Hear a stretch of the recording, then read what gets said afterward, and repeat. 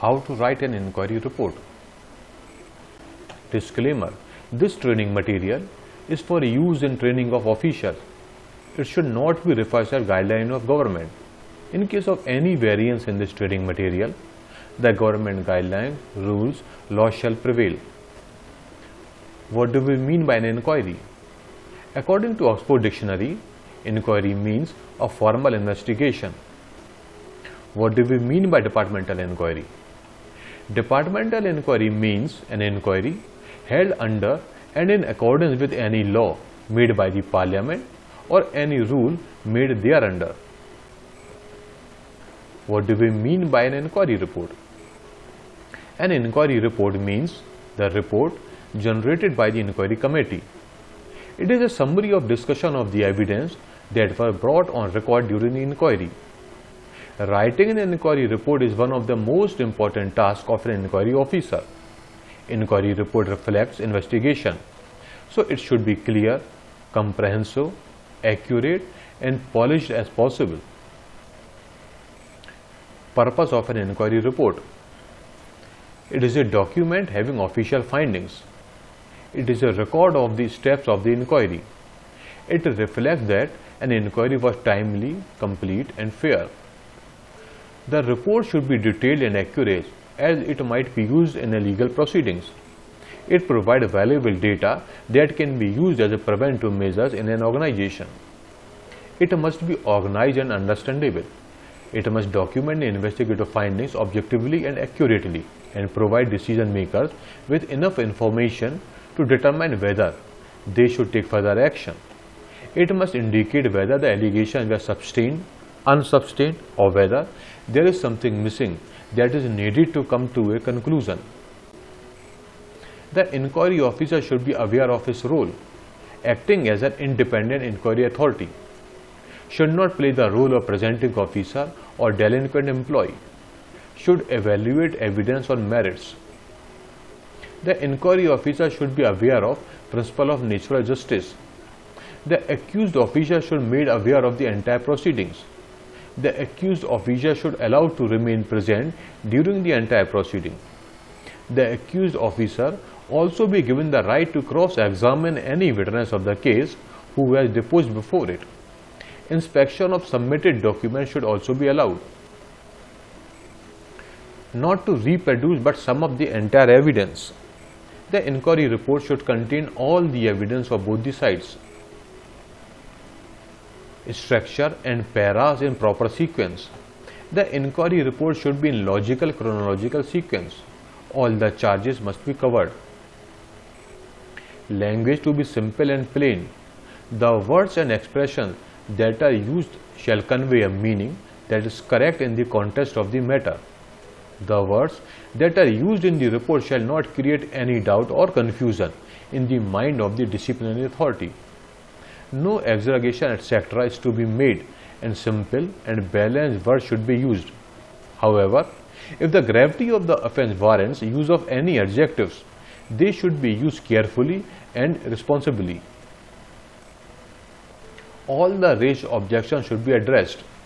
The inquiry officer should narrate briefly as to why he or she gave a particular ruling on any objections raised by any party. Follow service rule procedure. The inquiry officer should follow and mention the service rule (NCCA) rule in his report that was followed. Not to use personal knowledge. Confine to the records and materials that were brought before the inquiry and mention them in the report. Personal knowledge regarding the character and the conduct of the employee should not be reported in the report. Stick to the charges. Inquiry officer should confine the charges mentioned in the charge sheet. Application of Evidence Act. Strict rules of Evidence Act is not applicable to the departmental inquiries, and the evidence is to be weighed on the principle of preponderance probabilities. So what do we mean by preponderance of probability? It is the standard of proof in most civil cases in which the party bearing the burden of proof must present evidence which is more credible and convincing than that presented by the other party, or which shows that the fact to be proven is more probable than not. Evidence must be legal and adequate. The report of inquiry officer shall be based on evidence that is legally sustainable. Reported findings must be reasoned. The inquiry officer should furnish reason as to why he or she came to a particular finding. An inquiry report and findings without supporting reasons is likely to be set aside by the courts. Each charge to be discussed. Give separate findings in respect of each charge, whether particular charge is proved, partially proved or not proved. It is advisable to discuss evidence charge-wise in the report. Not to mention punishment in the report. The duty of the inquiry officer is to inquire into the charges and determine whether the delinquent employee is guilty of charges or not. Never mention any kind of punishment in the report. Please note it down. Never mention any kind of punishment in the report. Checklist for inquiry officer. Every charge is covered. Evidence reported in the report are relevant and legal. Clear reasons is reported for any findings. Personal knowledge was not mentioned in the report. All prescribed procedures, standing orders and service rules are complied. There is no prescribed format for writing the inquiry report. Format guideline. Inquiry report should be similar to the judgment of the court. Reference of the order of appointment of inquiry and presenting officer. The dates on which and the places where the hearings were held. Charges that were framed. A brief statement of the facts and documents which have been admitted. A brief statement of the case by the presenting officer. A brief statement of the defense. Points for determination. An assessment of the evidence in respect of each point set out for determination and finding thereon. Reasoned findings on each article of charge inquired into. Clearly state whether the charges are proved, partially proved or not proved. Conclusion in the inquiry report must follow logically out of the evidence or record. The finding must be in conformity with the charges. However, depending upon the gravity of the offence, the committee can make specific recommendations aimed at making necessary changes in the existing system or processes so that similar occurrence can be prevented in future. Forward the inquiry report duly signed to the disciplinary authority along with the necessary folders. Folders to be attached. Order of the appointing of inquiry officer and presenting officer. Memorandum of charges, that is charge sheet. Proof of receipt of memorandum of charges by the delinquent. Written statement by the defense of delinquent. Daily order sheets. Prosecution exhibits. Deposition of the prosecution witness and their examination and re-examination. Defense exhibits. Deposition of the defense witness and their examination and re-examination. Correspondence made in connection with inquiry with the charge employee and the disciplinary authority. Copies of the representation moved by the charge employee during the inquiry and the decision made by the inquiry officer. Any other miscellaneous correspondence. Copy of the inquiry report to be given to delinquent. The competent authority should provide a copy of the inquiry report to the delinquent employee and obtain his or her representation within a suitable time frame, and then only after receiving the representation a final decision be taken. However, if the delinquent employee does not submit his or her representation within the set time frame, then the competent authority is free to take suitable decision. On the screen, you are seeing different references which we have taken during preparation of this video, and we are thankful to them. As already told, there is no formal format for writing the inquiry report. However, we have prepared a format as an example. I have been appointed as inquiry officer in terms of order number dash dash dash dated dash dash dash issued by dash dash dash, who is the disciplinary authority in this case, to inquire into the charge sheet number dash dash dash dated dash dash dash issued to Sri dash dash dash working as dash dash dash in the dash dash department. The terms of reference of inquiry or investigation are: the charges made against the delinquent are as under, write all the charges.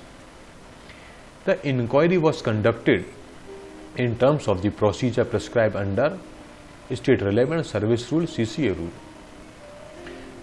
There were dash dash number of hearings took place on the following dates, write all the dates. The list of exhibits evidence produced by the management are: similarly, the list of exhibit evidence produced by the delinquent are. The management and defense cross-examined each other. Inquiry committee also examined each witness and evidence.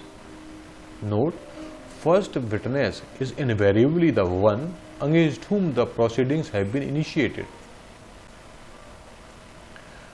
On the day of the first sitting held on dash dash dash, the delinquent denied the charges if he did so, and sought to be defended by Shri dash dash dash, who is working as dash dash dash in the dash dash office, and the permission was accordingly granted as per rules, standing orders as applicable.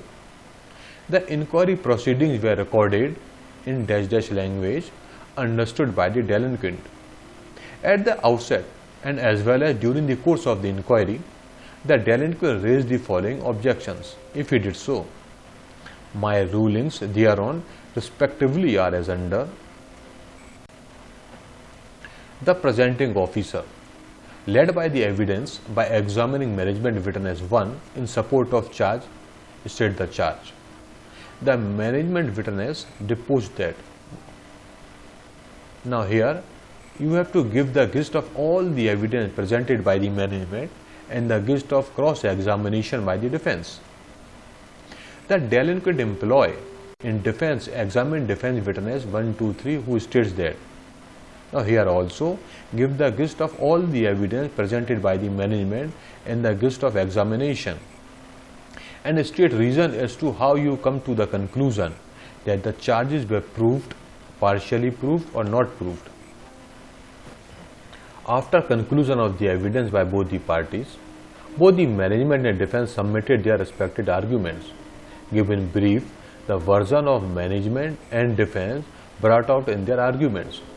On going through the entire evidence and the arguments, I find that. Now here, give the analysis of the evidence of both the sides and state which evidence is sustainable in respect of each charge. Now point 14, give the findings. After careful and thorough review of the evidence, my findings on the charges are as under: the charge of dash dash dash is proved, partially proved or not proved. Now give the same finding for each and every charge.